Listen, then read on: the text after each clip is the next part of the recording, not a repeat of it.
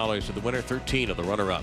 What a wonderful match this could be. Liz Johnson's accomplishments, again, would take a long time. She has won this championship in 1996 and in 2007. And she's the #1 seed, averaged 215 in qualifying. 14-10 match play.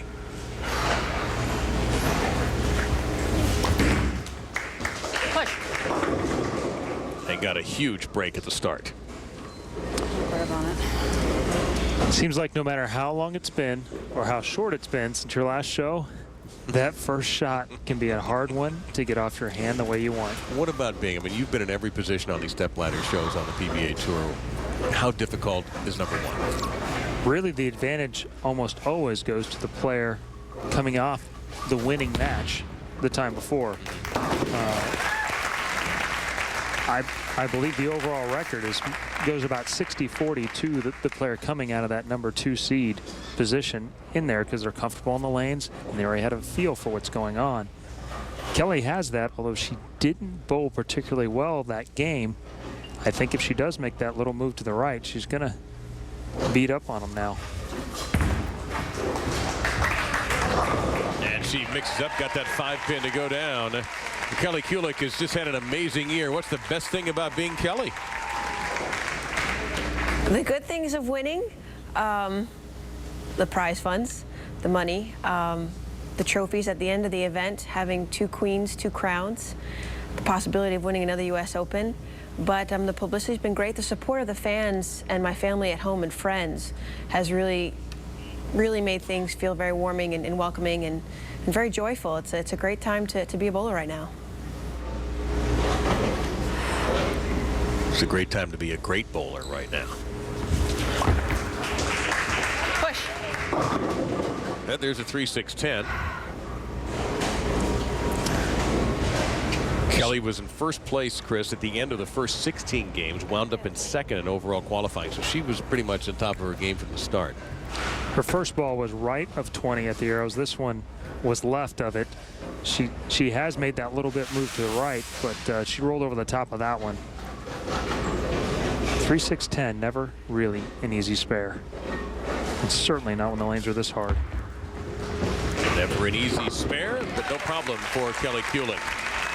So we've mentioned about first place and where some of the bowlers have come from, but let's take a look at the leaders by round. Again, this is a very demanding tournament. Well, look at this. What a coincidence. It's the 2 people we're looking at tonight, right now. Kelly-Kulick and Liz Johnson traded places. Liz took a firm hold on Tuesday, and just tons of diversity there. How about that, huh? Yeah.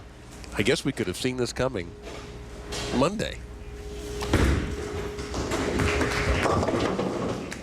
Liz a little off on the first 2. She's avoided splits on the first 2 and leaves herself there a makeable spare. Pretty good break to only leave the 6-10 or the 4-7. Could have been the 6-10 with it. Pretty without too much trouble. 8 spare, 8 spare wouldn't be a bad way to go at this point. No problem there. Liz Johnson has major titles. She knows how to bowl on television. She won the 2009 Queens tournament as well. We're looking at this right here.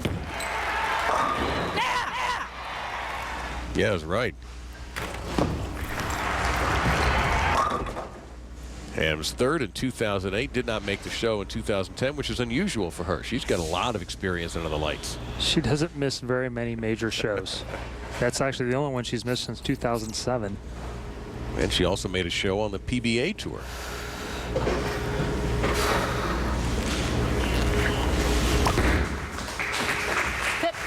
And she knew that one had a chance, and she mixed him up, put him in a bag, and beat him with a bat.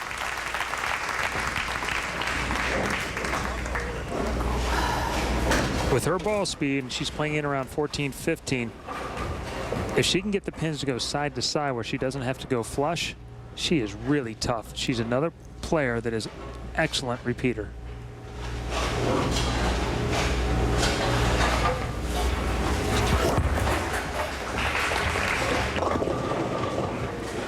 And there's a little something left there for Kelly, as she's got a 2-8. First frame, she crossed 19. This one crosses 17. And she was light in the first frame. Again, on this demanding pattern, you just can't miss by 2 boards. It makes too much difference. Not enough help on the lane. She's going to have to hit the right side of the 2-pin. The ball should take out both of these pins. And she did it.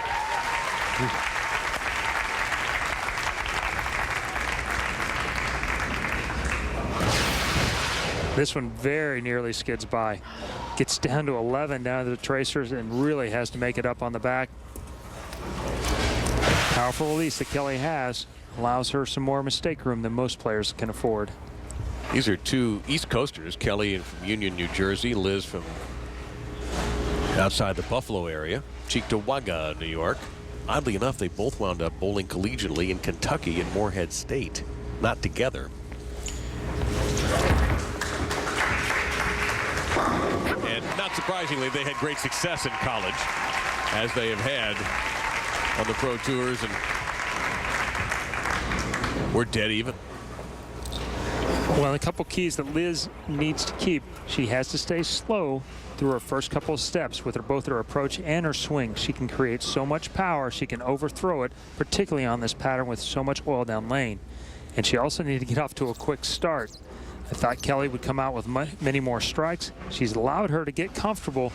Liz is dangerous when she gets lined up.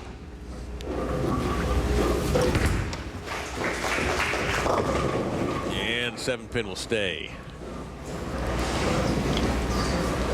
That's a key hit for Liz. She can catch those kind of shots. She becomes virtually unbeatable. With that much ball speed, now that forces her into having to get it closer to flush, and the advantage goes to Kelly with the stronger release.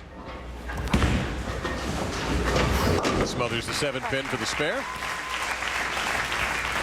2-time U.S. amateur champion. Won a Masters medal at the '95 Pan American Games. Had the highest finish for a woman in tournament history at the USBC Masters a few years back when she was tied for 13th. Really, the only thing she's done has been successful at every single level she's played at.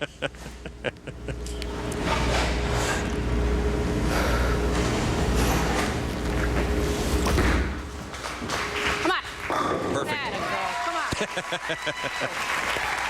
That was perfection. Well, let's look at the stroke motion here, Chris. See if we can pick apart any differences.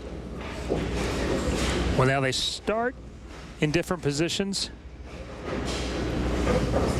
And as you watch Kelly with a much higher swing,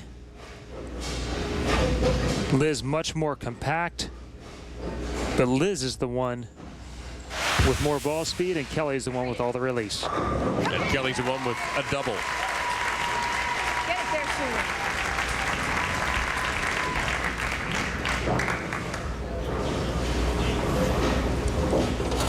Let's take a look at this shot. After a couple of attempts at playing to the right, she's opted to go back left. She's softened up her ball speed a little bit. Now she's crossing left of 20, getting it just right of that tracer at 10 down the lane. And this one makes up the ground and gets back through the pins.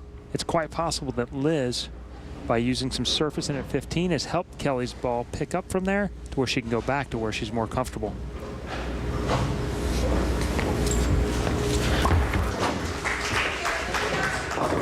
Gonna need a break. She got it. Get it there sooner. Get it there sooner. And she did. Kelly-Kulick, 3 strikes in a row. She and Liz Johnson. Liz got something to ponder. How is she going to overcome a 20-pin lead to win the 2010 U.S. Women's Open? Liz trying to win her 3rd, but Kelly-Kulick stands in the way. We'll crown a winner when we return to Arlington.